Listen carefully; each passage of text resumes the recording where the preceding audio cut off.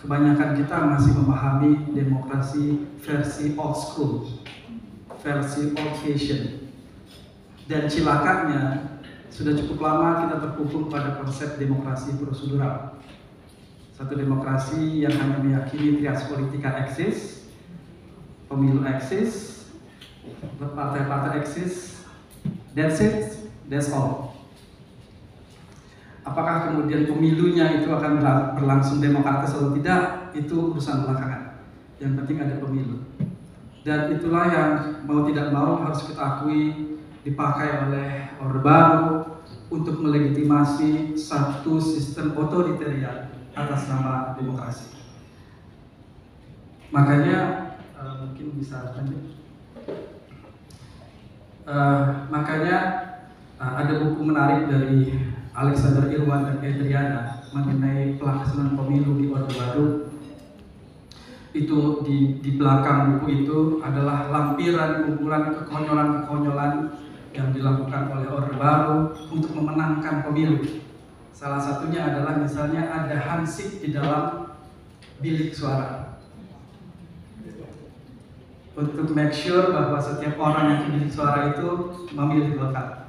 Atau dia datang ke sebuah pulau dengan bermodalkan toa, kemudian dia teriak di pinggir pulau itu, ada yang milih PDI enggak?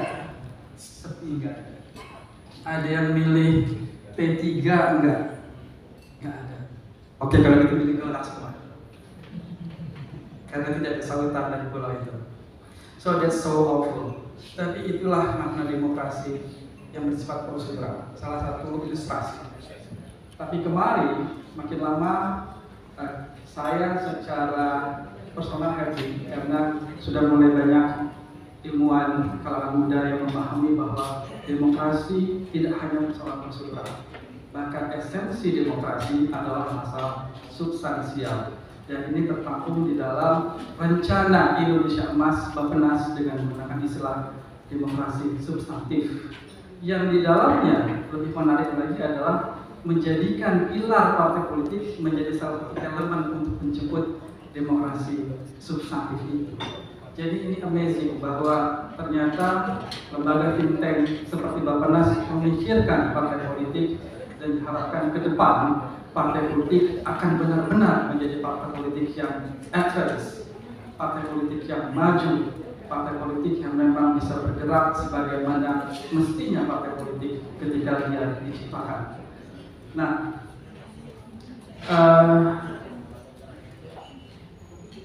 yang saya ingin katakan bahwa kalau kita lihat sebenarnya di awal abad ke-20 dengan kajian Ossowski dan namanya orang Yahudi, dan memang kebanyakan ternyata ilmuwan politik yang jago-jago itu ternyata orang Yahudi. Itu sudah menyusun satu kajian politik modern. Sebelumnya partai politik itu ya hanya dianggap sekumpulan organisasi biasa, gitu ya. Tapi setelah masa awal abad ke-20 dan terus sampai sekarang, kita kenal misalnya tentang teori pelembagaan partai politik. Partai politik menjadi lembaga yang kompleks, Bapak Ibu sekalian. Jadi partai politik itu bukan yang diistilahkan oleh Newman sebagai organisasi terdiri dari berbagai macam kelompok yang punya visi-misi yang sama, berjuang untuk merebut kekuasaan dan menjalankan sesuai dengan ideologi yang ada. Itu biasanya ada di setiap skripsi, tesis, disertasi mahasiswa politik. Biasanya partai politik pasti wujudnya itu. Terus ada miliar-miliar dan seterusnya. Tapi bagi saya ternyata berkembang. Kita sudah belajar bagaimana partai politik tidak saja harus menjadikan dirinya sebagai organisasi yang modern, tapi dia juga harus aware terhadap kultur, dia aware terhadap lingkungan, dia aware terhadap leadership dan lain-lain.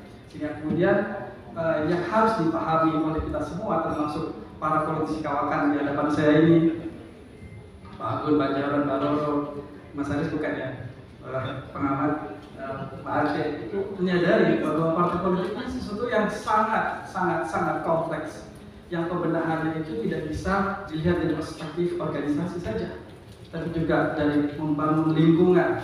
Nanti saya akan sampaikan apa yang harus harus kita lakukan pada partai politik. Membangun basis massa, membangun trust terhadap rakyat dengan kejujuran, dengan moralitas, dengan etika, dengan konstitusional, itu harus dibangun juga. Di slide ini sebetulnya itu poin yang saya sampaikan, bahwa ada perkembangan dari sisi paradigmatik dan teoritis. Kemudian selanjutnya, begitu juga demokrasi. Seperti yang saya katakan bahwa demokrasi, kita sudah lama mengatakan demokrasi adalah pemerintahan rakyat, demokrasi pemerintahan by the people for people of the people. Tapi ada yang mengatakan setelah 1900-an kita sedang mengalami decline dari demokrasi, karena ternyata demokrasi tidak cukup atas nama rakyat, karena kerap suara rakyat dimanipulasi oleh kekuatan yang lebih besar, oleh kekuatan yang lebih powerful dari sisi finansial, dari sisi apapun untuk menghijacknya. Sehingga salah satu impact teoritis ini, saya kok semakin yakin setidaknya dalam konteks Indonesia, arah kita ini tidak sedang menuju penguatan demokrasi, tapi kita menuju post demokrasi, istilah dari Tony Crouch. Yang intinya itu sebenarnya kurang lebih hybrid demokrasi, bahwa di tengah sawah itu ada ilalang, ada elemen-elemen atau anasir-anasir anti-demokratik yang eksis di dalam negara demokrasi. Dan itu yang sedang terjadi sekarang, sehingga hasilnya adalah kita dianggap sebagai family free oleh Freedom House, kita dianggap sebagai float demokrasi oleh Economic Intelligence Units. Artinya skor kita itu di bawah 7 dalam konteks demokrasi. Kita dianggap sebagai demokrasi yang weak oleh IDEA dan lain-lain. Kemudian muncullah banyak istilah tentang demokrasi kita, mulai dari pengamat dalam negeri maupun luar negeri seperti Ed Aspinall, Darren Sprout, dan lain-lain. Yang intinya adalah kita sedang di dalam titik nadir kualitas demokrasi kita. Sehingga ada istilah misalnya ilusif demokrasi, ada istilah mengenai patrimonial demokrasi, ada istilah elitis demokrasi, yang semuanya kalau diperas intinya ya gampang saja, demokrasi kita bermasalah. Padahal kita sudah di tahun kedua dekade reformasi, berangkat dari satu semangat untuk mendemokrasikan Indonesia, terbebas dari kolusi, korupsi, nepotisme. Tapi apalah cuy, yang terjadi adalah satu regresi demokrasi. Tidak saja stagnan dari sisi demokrasi, tapi regresi demokrasi. Indikatornya banyak sekali. Ya termasuk peningkatan nepotisme, atau bahasa halusnya dinasti politik. Saya lebih suka menggunakan istilah nepotisme ketimbang dinasti politik, karena lebih sarkastik menurut saya nepotisme. Ada juga yang mengatakan koruptor, maling aja udah langsung gitu ya. Jadi kadang-kadang istilah ini mungkin bisa lebih menggedor perasaan dan mindset ketimbang kita menggunakan eufemisme dalam berbahasa untuk mengatakan dinasti politik. Kok keren banget ya, padahal itu nepotis sebetulnya. Nepotisme yang dulu tahun 98 kami semua, termasuk saya karena saya masih mahasiswa itu di ilmu politik di UI, turun ke jalan, pasang badan untuk meruntuhkan rezim yang mendewakan KKN itu. Tapi kok ya sekarang ini kelihatannya ada arus balik gitu ya.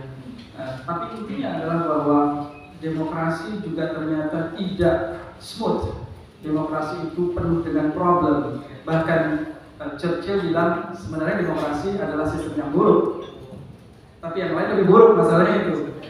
Oleh karena itu, karena sistemnya buruk, kita harus be careful to treat them. Kita ingat ada istilah dari Huntington, ada gelombang demokrasi. Itu berarti kadang ada pasang naik, ada pasang turun. Demokrasi itu tidak once for all, tapi demokrasi itu harus di-maintain oleh kita semua, terutama pada bapak ibu politisi. Saya titipkan bahwa demokrasi itu harus di-maintain, karena nature dari demokrasi itu adalah dia selalu diganggu oleh kekuatan anti-demokrasi, sehingga ada pasang naik, ada pasang turun. Ya, setelah tahun 50-an, Indonesia pernah mengalami masa demokrasi, langsung KO selama 40-an tahun. Itu kemudian tumbuh lagi di tahun 98. Itu membuktikan kalau kita tidak hati-hati memaintain demokrasi, kita akan mencicipi bagaimana demokrasi itu akan fail, dan potensi itu besar, terutama di 10 tahun terakhir, sehingga orang seperti Tom Powell, seorang akademisi dari Australian National University, bahkan dia sudah menjudge Indonesia sebagai sudah return to authoritarian era. Tom Powell di tahun 2019 dia bikin paper yang sangat menarik bahwa pada era itu kita sudah mengalami kembalikan dari demokrasi menuju otoritarian. Nah, oleh karena itu saya ingin menyadarkan kita semua bahwa demokrasi itu tidak mudah, demokrasi itu kompleks, demokrasi itu punya potensi di hijack. Tapi syukurlah bahwa kita saat ini semakin paham bahwa demokrasi kontemporer itu adalah semakin realistis, semakin tidak normatif, workable, kemudian lebih daripada sekedar prosedur. Dan kita semua harus menjemput demokrasi baru itu dan menjaganya bareng-bareng, karena kita sadar ini demokrasi adalah sesuatu yang fragile sebetulnya, lincah. Saya lanjut. Nah, bagaimana korelasi antara partai politik dan demokrasi? Singkat saja, orang-orang seperti Steve Adler ataupun Max Weber mengatakan korelasi di antara keduanya itu sangat dekat. Bahkan menurut Schatzmacher, Elmer Schatzmacher, kalau saya tidak salah namanya, itu mengatakan bahwa demokrasi tanpa partai politik itu unmanageable, tidak terbayangkan. Mengenai memang ada kemudian partai bernama Nazi di era Hitler, tumbuh tahun 30-an sampai 40-an, itu satu exceptionality, dan itu nampaknya sulit untuk terulang kembali karena akar-akar kemunculan fasisme itu sangat khas. Salah satunya adalah kehancuran ekonomi Jerman yang luar biasa, sehingga waktu itu $1 Amerika itu harganya 400 juta mark. Jadi ada orang yang bisa kaya raya, orang Jerman waktu itu kaya raya, Pak Mahdum, karena kedai kopinya kedatangan orang Amerika dan kopinya dibeli dengan dolar. Dan sangat tidak lakunya Deutsche Mark waktu itu, sehingga konon katanya ada cerita ada sekumpulan uang di dalam keranjang di sebuah pasar, dan ada orang yang ketinggalan keranjang itu. Kemudian pas dia ingat ketinggalan, dia kembali ke pasar itu, yang hilang keranjangnya, uangnya masih utuh. Nah, itu salah satu hal yang membuat fasisme itu sebetulnya sulit diduplikasi karena susah. Dengan demikian, tesis ini benar bahwa demokrasi tanpa partai politik adalah unmanageable, sesuatu yang tidak terbayangkan. Dan bahkan Max Weber, sosiolog terkenal, secara bombastis mengatakan bahwa partai politik adalah anak kandung demokrasi. Untuk menggambarkan bagaimana kedekatan di antara keduanya. Dan yang pasti, demokrasi itu adalah lahan subur bagi partai politik. Demokrasi memberikan kebebasan berekspresi, kebebasan berpihak, kebebasan untuk berkompetisi. Itu hanya situasi seperti itu yang membuat partai politik bisa tumbuh. Bayangkan era otoritarian, ketika berkompetisi tidak boleh, kebebasan bikin organisasi tidak boleh, itu tidak susah membuat partai politik. Namun sebaliknya, ketika partai politik itu tumbuh, maka dia akan menjadi determinan faktor terhadap demokrasi. Maju mundurnya kualitas demokrasi, diam-diam itu episentrumnya ada di partai politik. Kalau partai politik itu dikelola secara demokratik, dia akan menjadi kawah candera di muka untuk menghasilkan orang-orang yang mentalitasnya memang seorang demokrat. Bukan partai demokrat ya, tapi seorang yang punya mentality as a bastion, as a soldier of democracy. Tapi sebuah partai yang dikelola secara elitis, penuh dengan nuansa oligarki, depend on persons, itu akan punya karakteristik agak permisif terhadap hal yang bersifat non-demokratik. Oleh karena itu memang nuansa internal partai politik itu menjadi sebuah keharusan bagi kelanjutan demokrasi. Dan partai politik memiliki fungsi-fungsi yang juga kompatibel dengan demokrasi, fungsi tentang pendidikan politik, fungsi agregasi politik, fungsi artikulasi politik. Itu sebetulnya fungsi adalah menjadi elemen taking over the interest of the people to be policies, begitu ya. Ini salah satu to be a good policies of course. Oke, saya akan langsung, sudah mau habis, saya akan langsung pembenahan partai politik mungkin ya. Jadi masih bisa Pak Muhammad ya untuk membahas slide ini saja. 2 minutes please. Alright, try. Jadi saya mencoba untuk membuat 4 kuadran. Saya meminjam ini dari Randall dan Swanson, kedua orang yang menjadi salah satu champion atau tokoh-tokoh yang sangat penting terkait dengan pelembagaan partai politik. Ya, pelembagaan partai politik, di mana untuk membenahi partai politik berdasarkan substansi yang saya pelajari dari teori yang mereka kembangkan, itu kita harus lihat partai politik adalah institusi yang tidak bergerak dalam ruang hampa, tapi dia ada dalam suatu lingkungan. Oleh karena itu pembenahannya selain bersifat internal partai itu sendiri, dia juga harus turut dibangun oleh suasana eksternal partai, lingkungannya. Kemudian yang dibenahi itu tidak saja hal yang bersifat substansial, tapi juga hal-hal yang bersifat prosedural. Nah, untuk yang internal, substansial, partai harus kuat secara internal dan memiliki values. Ini dalam teori disebut proses value infusion. Jadi, infusion itu seperti orang diinfus.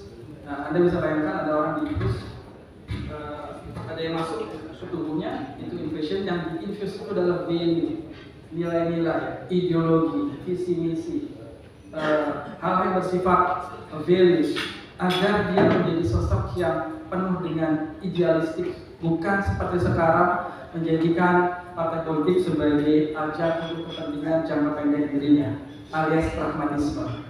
Jadi di sini substansinya kaderisasi is a must. Oleh karena itu saya boleh usul ke depan mungkin adanya kaderisasi yang kontinu, yang terstandarisasi, yang dijadikan benchmark untuk seorang kader bisa naik pangkat di dalam partainya atau merebut jabatan publik. Itu merupakan keharusan yang harus dimiliki oleh partai politik sebelum dia disahkan menjadi partai politik atau peserta pemilu. Karena ini penting. Tanpa itu partai politik akan menjadi sekedar pasar atau taksi gelap menurut almarhum Rizal Ramli. Gitu ya. Dia menjadi ajang pragmatisme untuk meraih kekuasaan, tapi tidak punya nilai. Itu tidak punya values. Padahal menurut Ziblatt dan Levitsky dalam buku How Democracies Die, salah satu penyebab dari matinya demokrasi adalah karena tidak dihargai dengan nilai-nilai demokrasi, termasuk tidak dihargai oleh para aktor politik itu sendiri. Nah, oleh karena itu internal substansial ini penting, tapi tidak cukup, tapi juga internal prosedural. Internal prosedural adalah bagaimana membangun satu prosedur sehingga kader tidak saja menjadi aman karena dia tidak bisa di-shock atau di-fire semena-mena oleh kekuasaan dalam partai, tapi ada prosedur yang melindungi. Tapi juga dengan prosedur dia latihan untuk menjadi seorang aktor politik masa depan di level nasional yang prosedur itu adalah konstitusi. Jadi dia belajar tentang konstitusi. Dan yang lebih dari itu, prosedur adalah elemen untuk menggantikan ketergantungan individu di dalam kader di dalam partai dari individu menjadi tergantung pada aturan main. Ya, karena kadang ada suatu pengalaman di mana individu lebih powerful daripada aturan main. Nah, ini gejala-gejala kurang sehat dari dalam partai politik. Nah, kemudian kalau eksternal substansial itu adalah secara eksternal harus ada lingkungan yang sehat. Karena partai politik yang sehat apa dalam lingkungan yang sakit, dia akan mati suri. Partai politik yang berusaha untuk baik, tapi ada dalam satu lingkungan yang sangat pragmatis, yang sangat permisif, yang sangat demanding dari sisi material, itu tidak akan mengencourage partai untuk menjadi modern, tapi dia akan menjadi Santa Claus saja, dan akan memberikan apapun untuk meraih kemenangan. Dia tidak melakukan situasi tertentu, tidak ada dorongan dia untuk menjadi naik kelas, karena dia berhadapan dengan lingkungan yang berpikirnya juga ece-ece gitu. Oleh karena itu, penguatan substansial secara eksternal it's important. Artinya pendidikan politik bagi masyarakat is a must selain masalah kemandirian ekonomi. Kemudian yang berikutnya adalah eksternal prosedural. Di sini yang dibutuhkan adalah prosedur atau aturan lain yang memang encouraging sifatnya untuk meningkatkan kualitas partai politik. Jadi harus ada undang-undang yang memang bisa memandirikan partai politik, ada undang-undang yang makin meluaskan peran partai politik melakukan pendidikan politik, dan undang-undang yang memang juga terakhir mampu mengangkat oligarki dan seterusnya. Saya kira itu saja, saya akan cukupkan di situ karena waktu yang terbatas. Terima kasih. Assalamualaikum warahmatullahi wabarakatuh. Terima kasih. Sorry Prof, for reminding on time. I'm wasting time. Ibu sekalian, Prof Dewan mengatakan 21 tahun lagi kita menginjak Indonesia emas. Kalau Anda tidak mau merasakan lelahnya demokrasi, Anda harus siap-siap pedihnya nepotisme. Kalau begitu, dan mohon maaf ini, yang pusat demokrasi itu nanti bukan siapa-siapa. Kata beliau, aktor partai politik itu sendiri. Nanti kita mau mendengar konfirmasi dari para pelakunya ini. Baik, berikutnya selamat datang Ibu Fitri. You still in time, no worries. No worries, still in time. Jadi sequence-nya setelah Prof Firman, Prof Mulia, Prof karena you are host, so you have only 15 minutes. Yeah, and then Prof ini, Ibu Fitri, and then Prof Aceh. That's the sequence di sini. Okay, Prof ready? So, first, yes, thank you. Bismillahirrahmanirrahim. Assalamualaikum warahmatullahi wabarakatuh. Pengantar tidak masuk ya? Terima kasih. Tentu saja ini karena posnya Ketua Iklum Politeknik Jakarta, maka tokoh-tokoh benar yang hadir. Ya, terima kasih Pak Agung. Jadi Presiden boleh ganti 7 kali, 6 kali, tapi Pak Agung tidak terganti. Baik, karena ini FGD, sifatnya adalah yang hadir semua expert. Kami hanya memprovokasi pemikiran-pemikiran kami, dan kami sangat berharap, dan ini nanti bagusnya diskusi kita hari ini adalah diskusi yang berdampak, bukan saja diskusi sekadar di meja akademisi dan selesai, tapi insya Allah ada Pak Agung, orang partai, tokoh, kita akan mengendorse hasil pemikiran ini ke partai-partai, roadshow. Maka ini adalah pemikiran dari praktisi, ya, akademisi, ya, birokrat, ada NGO juga yang insya Allah akan memperkaya pemikiran ini, dan kita tidak ingin diam lagi, ya. Tidak ingin diam itu karena kita ingin ada perubahan, dan benar-benar dari awal dikatakan kita ingin Indonesia emas, bukan Indonesia cemas. Baik, waktu saya dikurangi 15 menit, jadi mudah-mudahan sudah ada ya. Partai politik, saya kira kalau orang ilmu politik ini backgroundnya selalu Miriam Budiarjo, itu tokoh kita ya. Kita memimpikan idealisme dari partai politik itu sebagai apa? 4 fungsi, ya tadi sudah disebutkan. Fungsinya sarana komunikasi politik. Pertanyaannya, have we mengkomunikasikan kepentingan kita kepada partai? Sudahkah itu terlaksana? Sejak kapan itu tidak terlaksana? Adakah masa dari masa Orde Lama, Orde Baru, Reformasi, fungsi ini melekat? Partai menjadi alat komunikasi rakyat untuk disambungkan menjadi kebijakan publik yang memihak kepada kepentingan mereka. Ini very basic ketika kita belajar ilmu politik dari publik ya. Sosialisasi politik, apakah partai juga sudah menjadi alat untuk mensosialisasikan keputusan-keputusan, bagaimana kebijakan-kebijakan diambil dan disampaikan kepada publik. Yang ada mendadak tiba-tiba banyak calon-calon yang kita tidak kenal diajukan kepada kita secara terpaksa, kita tidak mengenal. Tapi ini dorongan partai, yang didorong oleh masyarakat tidak didorong.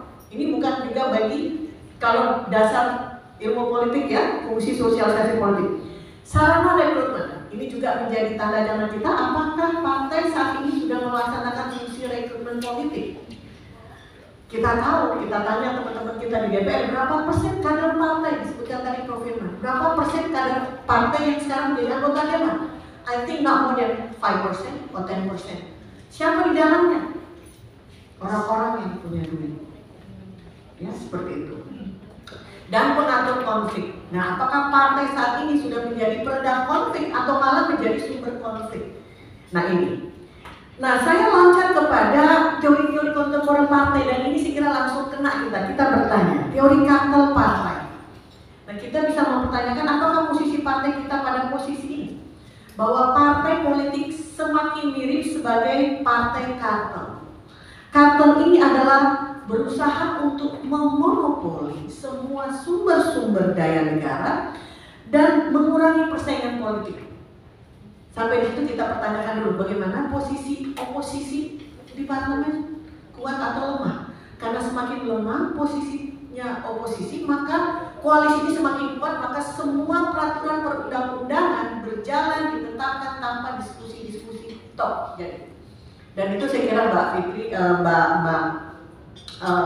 Bivitri, artis kita menjelang pemilu sudah mengungkap itu banyak sekali, ya. Bagaimana undang-undang lahir tanpa pembicaraan publik, luar biasa. Nah, apa ciri-ciri dari kartel ini? Adalah semakin membesarnya yang namanya koalisi.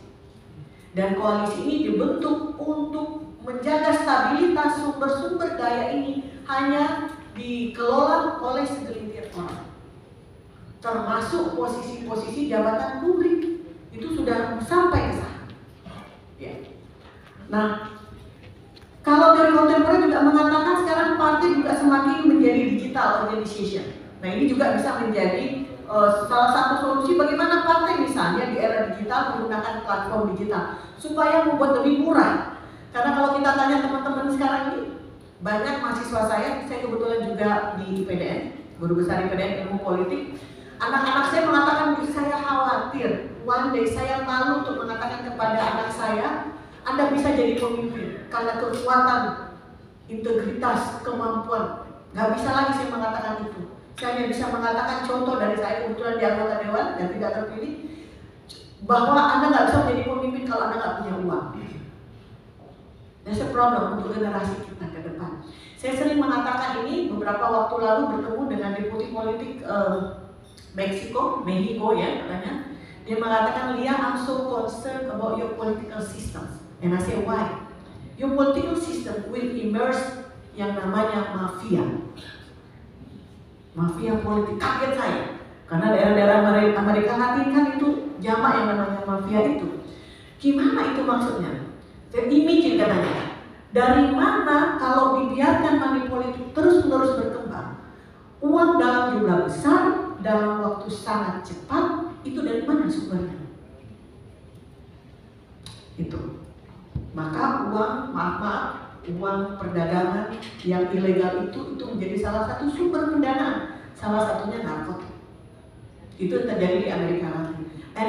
Katanya kalau kita nggak review ini dengan segera memperbaiki tata kelola partai, ini bisa terjadi di Indonesia. Maka itu adalah mafia-mafia di dalam partai politik. Maka memang tepat sekali Pak Madun dari sampaikan, ini waktu yang tepat sekali untuk kita berpikir bersama. Kita akan roadshow ke partai-partai ini, pemikiran para tokoh-tokoh, para akademisi, ilmuwan, ya, birokrat, dan juga para pelaku juga partai untuk sama-sama kita melakukan perubahan. Partai digital ini lebih memiliki struktur lebih horizontal, ya, berhubung dengan anggota dan pendukungnya melalui media sosial. Ya, ini beberapa temuan yang menemukan bahwa sebenarnya bisa murah partai itu kalau menggunakan ini. Saya kira saya nggak membahas semuanya karena waktu saya 15 menit saja, sudah berjalan 7 menit. Yang kelima, ini menarik, teori demokratisasi partai. Sudah perlu segera partai ini melakukan internalisasi partai, ya, di mana internal partai sendiri terjadi transparansi, akuntabilitas dalam pengambilan kebijakan. Nah, ini yang kita dorong ke sana. Saya tidak membahas banyak, tapi menyinggung saja tata kelola partai dari masa orde baru, orde lama, dan reformasi. Tujuannya untuk kesejahteraan rakyat. Ini mengutip sedikit disertasinya Pak Agung. Karena Pak Agung ini pemikirannya, bagaimana partai kita ini bisa membuat satu kebijakan yang mengarah pada kesejahteraan rakyat. Nah, kita bisa lihat kembali lagi berapa banyak undang-undang yang lahir di masa periode 5 tahun itu yang benar-benar kepentingan rakyat. Itu kalau rakyat kita semakin cerdas, semakin kritis. Sayangnya hasil sekitar Maret kemarin ternyata ini menyedihkan juga. Tingkat IQ Indonesia ini dianggap paling rendah. Nomor 10-11 sama angkanya dengan Timor Leste. Kan menyedihkan. Jadi nalar masyarakat tidak nyambung bahwa ketika Anda memilih karena diberikan sembako, karena diberikan amplop, mereka nggak nyambung bahwa nanti kebijakan itu tidak akan memihak kepada Anda. Karena hanya orang-orang berduit yang bisa memberikan sembako, ya, amplop itu. Mereka tidak berpikir bahwa kalau saya menerima ini tentu semakin banyak kos politik yang dikeluarkan, dan orang-orang yang punya integritas, orang-orang yang tidak punya uang tapi mau membangun negeri tidak akan terpilih. Masyarakat kita tidak akan nyampe ke sana kalau kita berdasarkan pada hasil temuan ya tingkat EQ di Asia Tenggara, dan kita masuk urutan 10, 11, angkanya sama, 78 sekitar. Ya, Singapura 105 sekitar angka EQ-nya. Kemana pendidikan kita selama ini 78 tahun kita merdeka? Karena kalau nalar masyarakat kita biarkan tidak nyambung, susah payah kita bercerita seperti ini. Tidak terbeli oleh masyarakat. Ya, Pak Agung sendiri bercerita bagaimana susah payah memelihara konstituen. Sudah melakukan banyak hal sesuai dengan teori, tapi diserang habis-habisan, setengah mati juga, yang loyalitasnya sudah tergerus seperti itu. Baik, maka kita punya sejarah bagaimana partai itu terbentuk ya. Kalau kita bicara tentang partai masa Orde Lama ya, memang kita masih berseteru dengan penjajahan dan seterusnya. Realitas pada masa itu bahwa program-program kesejahteraan belum efektif. Kita ada permalungan di sana ya. Masa Orde Baru tadi sudah disampaikan Prof. Firman. Saya ingin fokus kepada masa reformasi. Bagaimana tata kelola partai masa reformasi? Ya, di masa reformasi. Tentu masa reformasi 98-2004 ya. Kita menganggap ini Big Bang demokrasi ya, termasuk juga desentralisasi. Saya kebetulan menjadi staf waktu itu, melihat bagaimana animo masyarakat membuat partai. Ada partai anak yatim, ya, ada tuh. Saya menerima seperti paper-paper kecil orang membuat partai karena dari 3 partai tiba-tiba dibuka menjadi banyak partai. Itu animo masyarakat yang besar sekali. Sayangnya itu tidak berlanjut reformasi itu.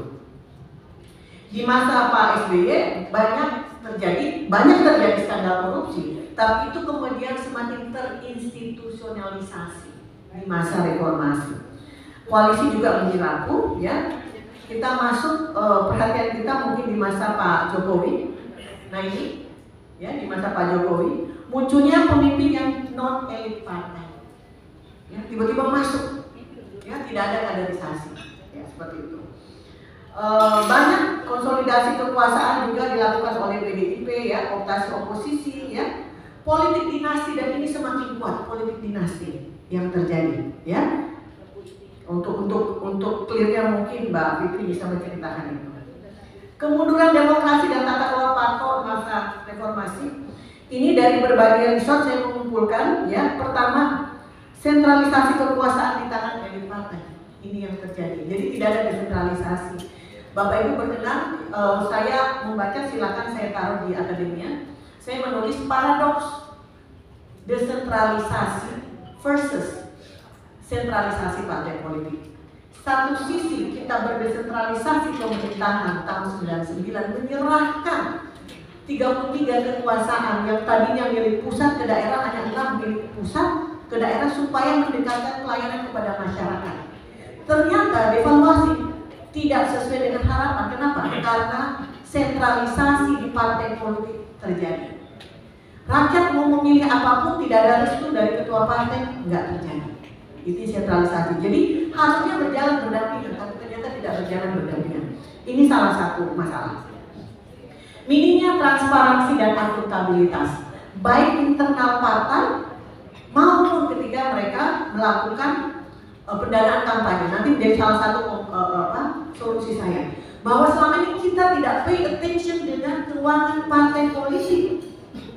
KPU mampukah melihat berapa sih saya melaporkan dana kampanye saya 10 miliar. Ternyata kalau dilihat-lihat dari bawah seluruh Nusantara nggak mungkin 10 miliar, itu triliunan. Mampu nggak dicek itu, dan mampu nggak itu menjadi alat untuk tidak melanjut? We are not that strong. Kami baru kedatangan tamu dari Korea Selatan dan saya tanyakan, bagaimana pelaporan kampanye di sana? Oh, sangat ketat. Maksudnya ketat gimana? Kalau meskipun sudah terpilih, ya, dan setelah penelitian ternyata banyak dana kampanye tidak jelas, tidak terlaporkan, apa yang terjadi? Tidak ditetapkan. Tidak ditetapkan. Nah, beranikah kita melakukan itu? Supaya orang tidak semakin jor-joran dengan money politik. Kita belum mampu melakukan itu. Korea Selatan bisa melakukan itu. Saya beberapa kali mencontohkan Korea Selatan karena kita hanya beda 3 hari merdeka. Korea Selatan nggak punya sumber daya alam. Kita kaya sumber daya alam. Kenapa kita tidak mampu menempatkan rakyat kita semaju mereka? Mungkin karena ada masalah di politik. Kecenderungan oligarki ini yang terjadi, ya. Kita sekarang bahkan kalau kita mengatakan apa sih namanya open bidding, ya, itu kan salah satu solusi sebenarnya ya untuk menempatkan orang-orang capable. Tapi kita pada kesimpulan open bidding, tunggu dulu siapa ordalnya. Nggak bisa open bidding langsung aja daftar kalau nggak ada ordalnya, ya seperti itu. Dinasti politik semakin kuat, pragmatisme politik dan transaksionalisme. Banyak bahkan jabatan-jabatan publik yang harusnya itu birokrasi yang mengatur, itu partai juga sudah masuk ke situ mengatur. Siapa yang jadi eselon 1, siapa yang jadi kepala, siapa yang jadi deputi. Partai sudah ikut mengatur. Itu tadi politik kartel. Meminimalisasi sumber-sumber daya untuk menjaga stabilitas kekuasaan tetap di tangan yang berkuasa. Kurangnya pendidikan politik, ya. Saya juga mengkritik KPU misalnya, ayo mendorong voter turnout itu sampai 75% misalnya. Orang-orang yang menggunakan hak suara 75% itu tinggi, Pak. Kalau negara maju 50% aja udah bahaya mereka, ya. Karena mereka menganggap ini hak saya untuk menjatuhkan hak pilih. Kalau saya nggak gunakan nggak apa-apa. Tapi kita mendorong sampai 75%. That's it. Hanya mendorong supaya tinggi tingkat orang yang menggunakan hak suara. Tapi bagaimana mendorong masyarakat aware bahwa setelah orang-orang ini terpilih, apakah kebijakan yang mereka pilih itu benar-benar menyentuh kepentingan publik? Itu nggak disuruh kita untuk belajar itu. Paling tidak masyarakat kita cukup aja memilih, selesai. Maka hanya NGO pemerhati masyarakat fotokan, loh kok ini setelah terpilih kepentingan publik kok hilang. Masyarakat kita belum sampai ke sana, ya. Apalagi kalau dihubungkan dari dengan tingkat IQ ya Bapak Ibu ya. Praktek politik uang ini menyedihkan, ya, karena semakin yang saya katakan tadi, kekhawatiran kita menjadi negara mafia kalau kita membiarkan ini. Tidak mungkin Bapak, saya berapa kali ayo maju di politik. Saya nggak mungkin, saya pegawai negeri mengumpulkan uang miliaran. Saya pikir saya mati dulu berkali-kali, hidup lagi, mati, hidup lagi, belum terkumpul tuh duitnya. Ya, iya, kalau pegawai negeri masuk nggak mungkin, ya. Oke. Peraturan lemah dan pelaksanaan yang tidak konsisten, ya. Ya misalnya menjelang pemilu KSN, saya ini prihatin sebenarnya, saya pegawai negeri Bapak Ibu. Prihatin saya dengan teman, kalau di Jakarta mungkin supaya mesti lebih free Pak ASN untuk memilih suaranya. Tapi di daerah ASN itu luar biasa menjadi alat politik, menjadi mesin politik. Jadi istilahnya gini, kalau Anda tidak ikut berkeringat, ngapain Anda berharap untuk memegang jabatan? It is a problem. Jadi pegawai negeri kita menjadi alat. Masa kita membiarkan itu? Saya kira ini saatnya kita melakukan perubahan-perubahan itu. Oke, masalah tata kelola parpol dari perspektif administrasi publik. Nah, ketika politiknya sudah end, baru kita administration begin. Ya. 2 minutes please, 2 minutes. Wish, I'm so sorry, Pak. Langsung kalau begitu saya langsung aja ke solusi ya, Pak ya. Ini saya mau tampilkan, Pak. Bukti mahalnya politik ini baru berita seminggu. Semua anggota dewan yang baru terpilih SK-nya langsung dimasukin di bank. Digadein. Itu kan malu-maluin rakyat itu sebenarnya. Gimana mereka mau bersuara untuk saya kalau SK mereka saja udah masuk di bank, ya? Ya, masuk pegadaian Pak. Baik, maka sebagai kesimpulan, karena waktu saya sudah hampir habis, mohon maaf. Model tata kelola yang langsung yang merah saja, kesimpulan dan solusi. Ya, di atasnya lagi, satu. Ya, oke, baik. Perlunya ada transparansi dan pendanaan dan pengeluaran partai. Bapak Ibu, kita capek bicara tentang money politik, tapi kita tidak langsung ke substansi. How to make political party have a low cost untuk bisa berkampanye. Harus ada transparansi pendanaan dan pengeluaran. Bapak, kalau negara maju ini penting banget. Seorang calon ketika tidak mendaftarkan berapa dana kampanyenya dan berapa pengeluarannya dan tidak sesuai, jadi catatan dan tidak dilantik. Dan diumumkan, dan rakyat akan mengatakan kalau tidak terregistrasi anggarannya, tidak jelas pengeluarannya, berarti berarti sejak awal dia sudah, mohon maaf, mencuri. Tidak mungkin kita memilih wakil kita yang tidak benar dalam sumber-sumber anggarannya, karena pasti nanti mencari sumber-sumber anggaran lain. Bapak Ibu, beberapa riset membuktikan kerusakan lingkungan hidup kita itu, alam kita sekarang ini banjir, longsor, itu erat kaitannya sebelum dan setelah pemilu. Karena kondisi alam kita menjadi alat bayar, eksploitasi, eksplorasi. Oke, yang kedua, akuntabilitas penegakan hukum. Ini akan menjadi nanti untuk detailnya nanti dalam bentuk paper Bapak Ibu ya, kita akan sampaikan. Dan saya kira Bapak Ibu nanti akan memberikan juga masukan kepada kami. Penguatan demokrasi internal yang saya sampaikan tadi. Kemudian digitalisasi tata kelola partai. Kalau di birokrasi saja pelaporan keuangannya sudah digital, parpol juga harusnya bisa begitu, lebih transparan. Ya. Bahkan kalau ingin membuktikan bahwa saya ini partai rakyat, berapa banyak sih uang rakyat karena saya suka partai A, saya mau sumbang gitu. Bukan karena sekelompok oligarki yang menyumbang penuh. Karena itu akan mengarahkan suara partai ini ketika pengambilan kebijakan hanya kepada suara-suara pemegang pemilik modal. Kemudian pengawasan publik dan partisipasi masyarakat ini yang kita perlukan, ya, meskipun ini tentang diktatif, perguruan tinggi harus diajak sebagai teman, bukan dimusuhi. Karena kami melihat, ya, kebijakan-kebijakan tanpa konsultasi publik cenderung menjadi kebijakan yang elitis. Terakhir adalah peningkatan kualitas pendidikan kader, tadi juga sudah disampaikan. Saya kira itu Pak, 20 menit. Terima kasih. Assalamualaikum warahmatullahi wabarakatuh. Waalaikumsalam. Sekali lagi Prof. Please forgive me, this is the time restriction. Dengan mengacu pada prinsip good governance, beliau mencoba mengelaborasi good political party governance. Ya, ditambah dengan Prof. Firman sebenarnya lengkap itu. Mengapa? Kalau Prof. Firman mengatakan kader is a must, no kader no leader. Ditambah dengan mobilitas, transparansi dan lain-lain. Dua pembicara seolah-olah partai politik adalah the source of all trouble. Seolah-olah. Dan apa iya? Kita dengar Prof. Beliau.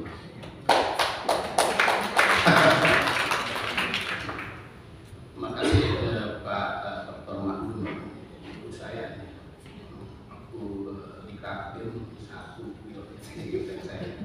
Dan nampaknya kayaknya belum berubah. Makin mantap. Bismillahirrahmanirrahim. Assalamualaikum warahmatullahi wabarakatuh. Yang saya hormati Pak Ketua IKA Alumni Politeknik Jalan Pak Dr. Agung dan juga anggota fraksi DPR. Saya hormati Pak Jarod, Ibu Roro, Mas Prof.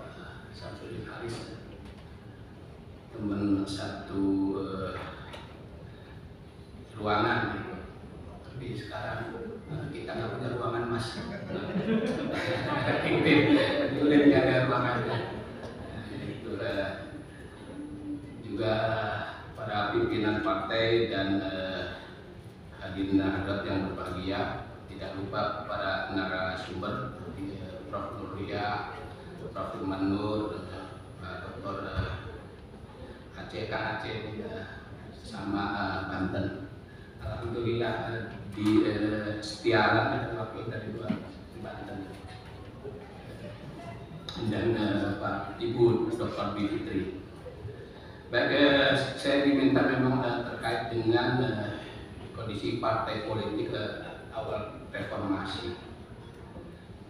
Saya sengaja memilih latar belakangnya hitam bisa menjadi gambaran awal partai politik era reformasi. Jadi saya udah nggak usah jelaskan lah. Udah selesai gitu Pak Padum ya.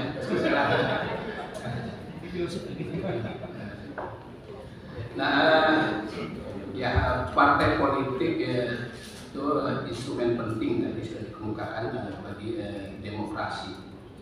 Karena tanpa partai politik demokrasi tidak berfungsi.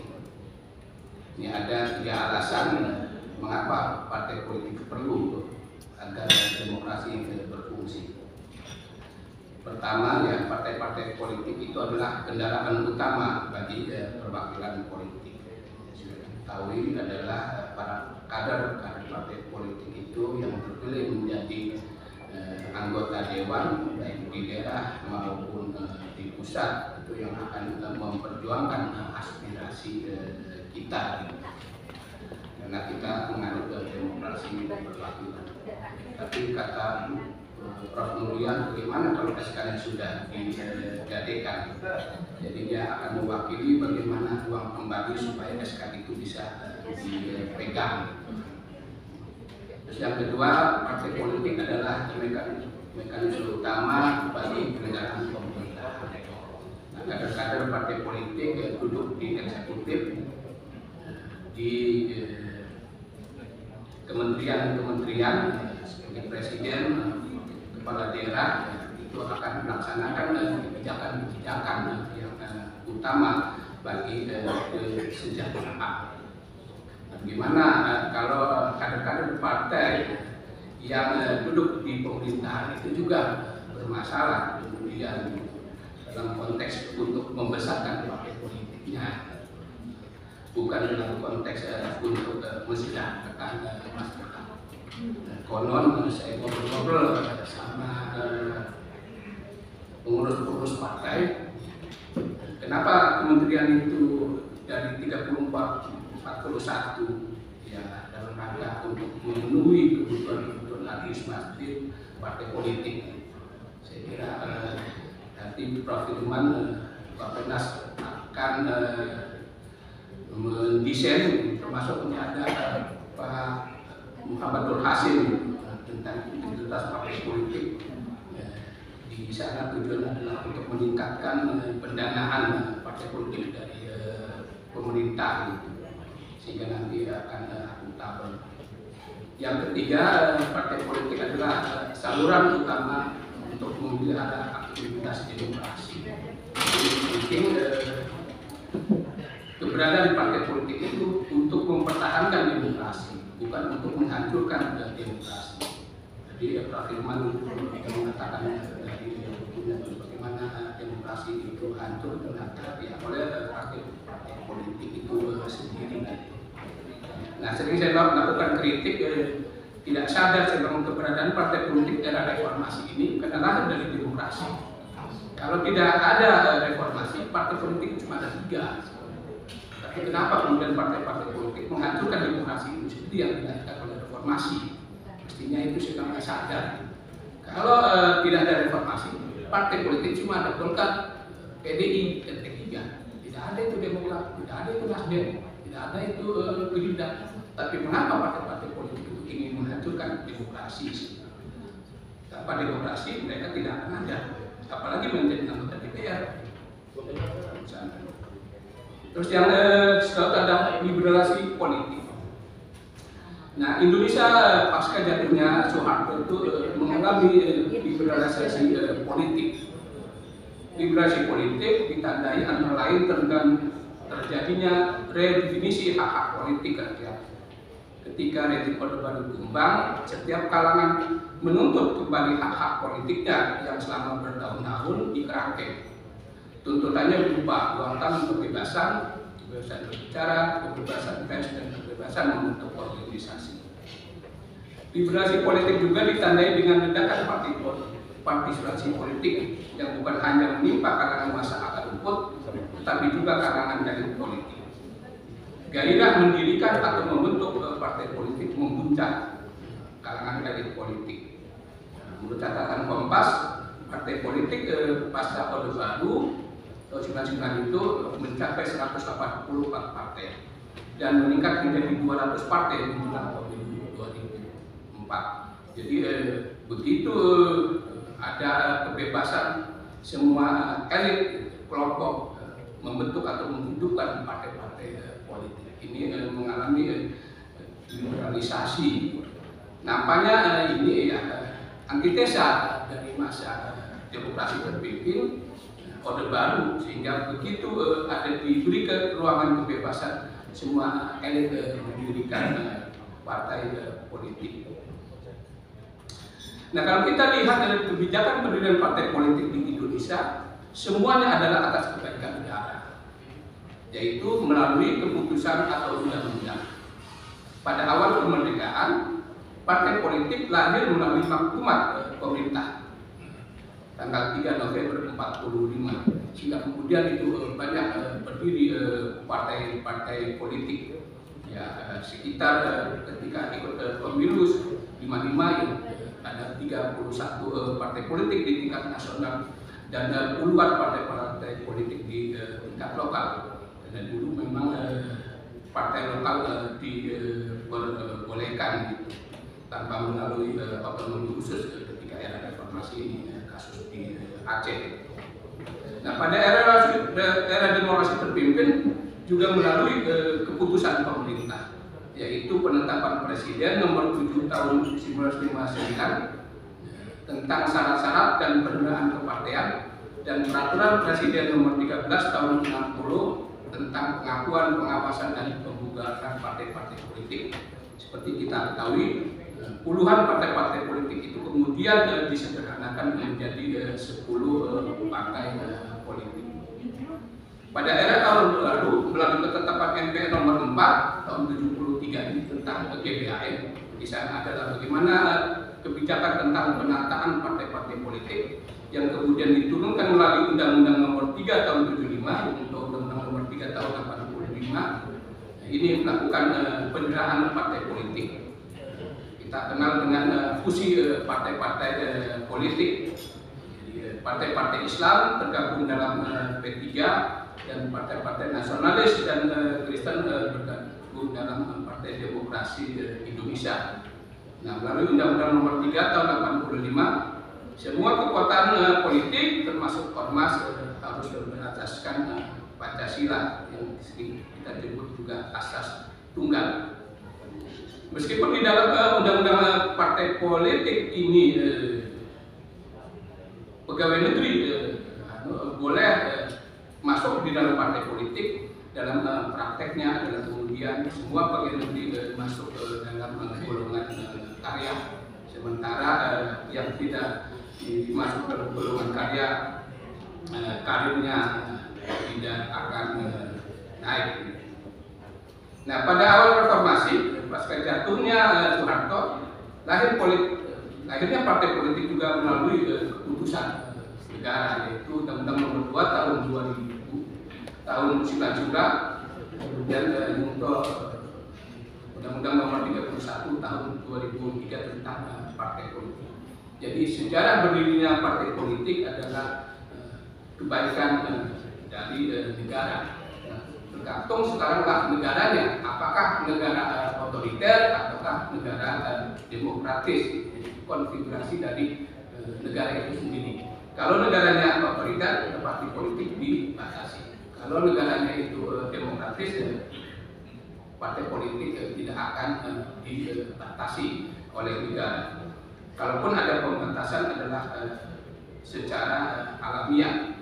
Dan kita setuju itu bagaimana pencalonan partai politik itu secara alamiah, bukan melalui intervensi atau paksaan terhadap pendanaan jumlah partai politik. Nah, seperti saya katakan bahwa partai politik era reformasi itu sebagai antitesa dari rezim sebelumnya, sehingga kemudian partai politik itu melimpah. Nah, ini kenapa partai politik begitu banyak? Karena memang melalui Undang-Undang nomor 2 tahun 99 tentang partai politik memberikan kebebasan dan syarat pendirian partai politik begitu mudah, yaitu sekurang-kurangnya 50 orang warga negara Republik Indonesia, ciri dan asas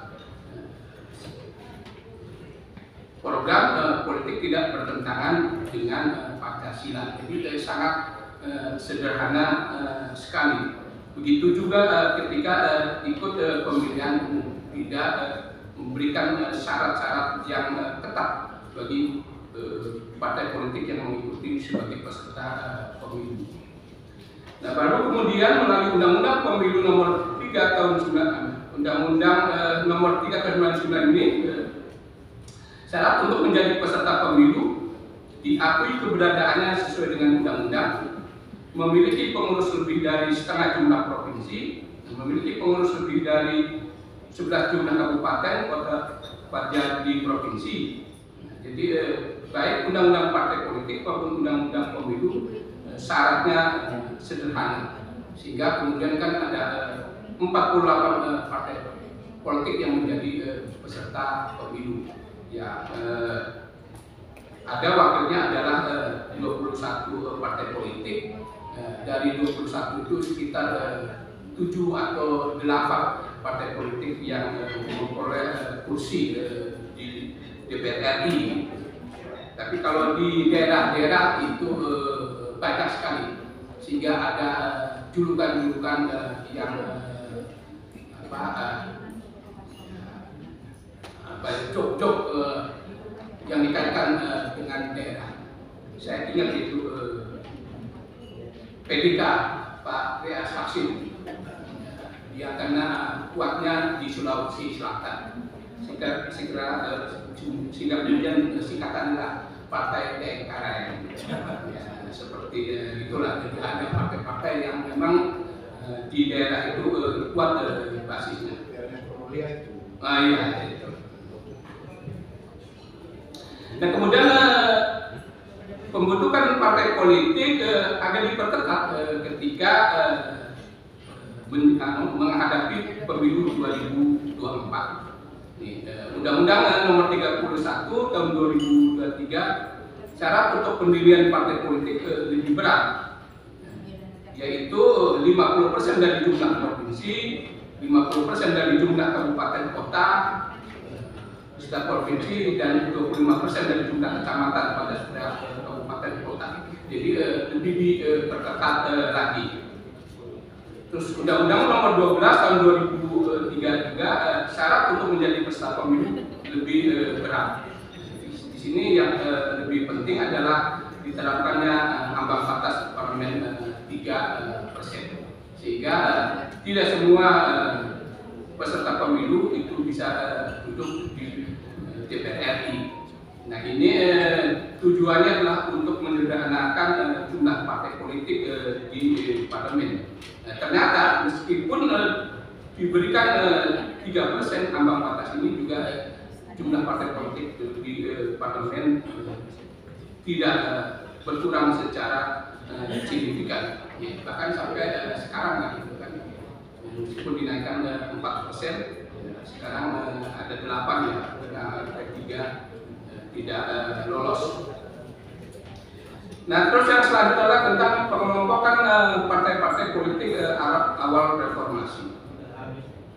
Kemunculan partai politik awal reformasi kerap dikaitkan dengan politik aliran, merujuk pada tahun 55. Konsep aliran ini bukan oleh Clifford Geertz dan Everett yang memetakan tentang partai-partai politik awal kemerdekaan itu sampai tahun 60-an, di mana Geertz itu mendikotomikan antara santri dan abangan, sementara Clifford Geertz itu aliran politik kan nasionalis radikal, Islam, sosial demokrat, komunisme, Jawa tradisional, aliran-aliran seperti itu yang kemudian ketika tahun 99 para pengamat bahwa pemilu 99 sebagai bentuk kebangkitan politik aliran. Tetapi beberapa pengamat, saya sampaikan ada 3 ini, tidak mengatakan demikian, bahwa memang ada aliran-aliran itu, tetapi kemudian juga menentukan untuk ditandai oleh adanya dealirisasi. Jadi dealiranisasi. Jadi tidak semua partai politik itu merujuk kepada politik aliran. Sebagiannya Open mencoba melakukan pengelompokan partai berdasarkan teori Lipset dan Rokas tentang pembelahan partai politik. Ada 3 karakteristik dalam pembelahan partai politik, yaitu pembelahan melibatkan pembagian sosial, yang membedakan antara orang berdasarkan karakteristik sosial struktural utama seperti status, agama, atau etnis, ada rasa identitas kolektif yang jelas, dan pembelahan harus menemukan ekspresi organisasional. Dalam konteks itu, UPAN kemudian mengidentifikasi partai-partai politik utama, Golkar, PDIP, PKB, P3, Partai Demokrat, PK, dan PAN. Jadi sengaja memang saya membatasi sampai tahun 2024 ini.